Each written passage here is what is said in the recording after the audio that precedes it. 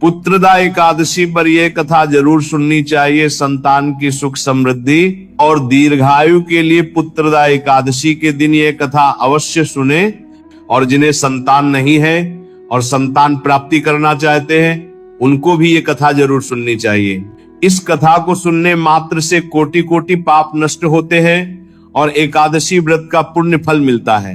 एक बार धर्मराज युधिष्ठिर ने भक्तवत्सल भगवान श्री कृष्ण से विनम्र भाव से प्रश्न किया, हे वासुदेव, पौष शुक्ल एकादशी का क्या नाम है, उसकी विधि क्या है और उस दिन किस देवता का पूजन किया जाता है।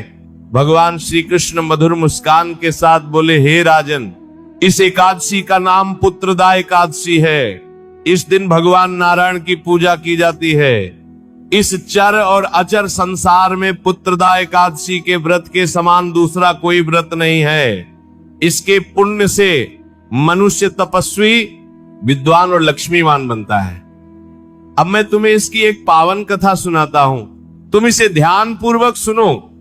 भद्रावती नाम की एक सुंदर नगरी थी। वहां सुकेतमान नाम का एक धर्मात्मा राजा राज्य करता था। उसके राज्य में धन धान्य की कोई कमी नहीं थी, प्रजा सुखी थी। किंतु राजा के जीवन में एक गहरा दुहक था, उसके कोई पुत्र नहीं था। उसकी पत्नी का नाम शैव्या था। संतानहीन होने के कारण वह सदैव चिंता और शोक में डूबी रहती थी। राजा के पितर भी रो रो कर पिंड की आशा किया करते थे और सोचते थे कि हमारे बाद हमें पिंड कौन देगा। राजा के पास भाई, बांधव, धन, हाथी, घोड़े, राज्य और मंत्री सब कुछ था, फिर भी उसे किसी से संतोष नहीं होता था। उसके मन में एक ही विचार दिन रात घूमता रहता, मेरे मरने के बाद मेरा श्राद्ध कौन करेगा, बिना पुत्र के मैं पितरों और देवताओं का ठण कैसे चुकाऊंगा। राजा सोचता, जिस घर में पुत्र नहीं होता वहां सदा अंधकार छाया रहता है। पुत्र ही वंश की ज्योति है। जिसने पुत्र का मुख देखा है वही वास्तव में धन्य है। उसे इस लोक में यश और परलोक में शांति प्राप्त होती है।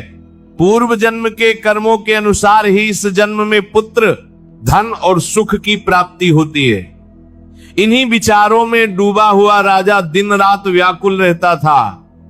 एक समय ऐसा आया कि राजा ने अपने शरीर को त्याग देने का भी निश्चय कर लिया, किंतु आत्मघात को महान पाप समझकर उसने यह विचार त्याग दिया।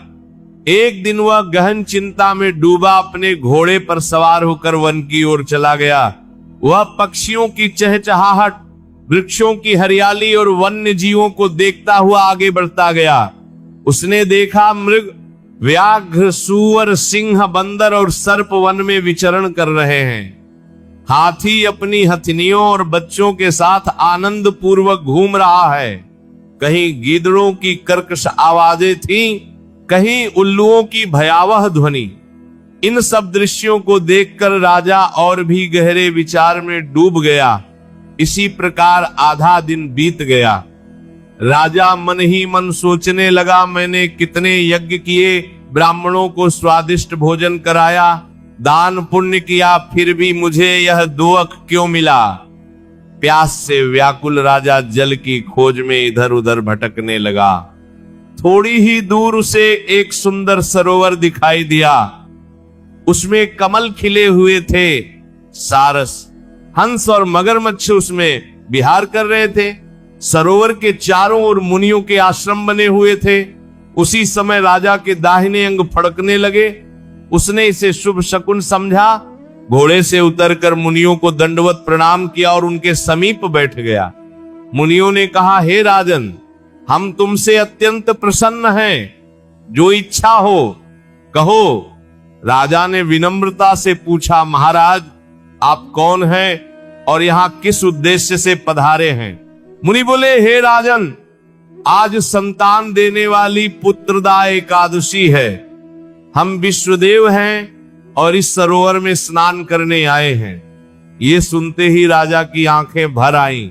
उसने कहा, महाराज मेरे कोई संतान नहीं है। यदि आप मुझ पर प्रसन्न हैं तो मुझे एक पुत्र का वरदान दीजिए।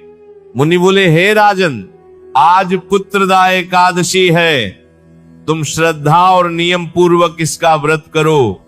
भगवान नारायण की कृपा से अवश्य ही तुम्हारे घर पुत्र का जन्म होगा। मुनियों के वचनों को हृदय में धारण कर राजा ने उसी दिन पुत्रदा एकादशी का व्रत किया और द्वादशी को विधि पूर्वक उसका पारण किया। इसके पश्चात मुनियों को प्रणाम कर वह महल लौट आया। कुछ समय बीतने पर रानी शैव्या ने गर्भ धारण किया और 9 महीने पश्चात एक तेजस्वी पुत्र को जन्म दिया। वह राजकुमार शूरवीर, यशस्वी और प्रजापालक बना। भगवान श्री कृष्ण ने कथा पूर्ण करते हुए कहा, हे राजन, जो भी पुत्र की कामना करता है उसे पुत्रदा एकादशी का व्रत अवश्य करना चाहिए। जो मनुष्य इस महात्म्य को श्रद्धा से पढ़ता या सुनता है उसे अंत में स्वर्ग की प्राप्ति होती है।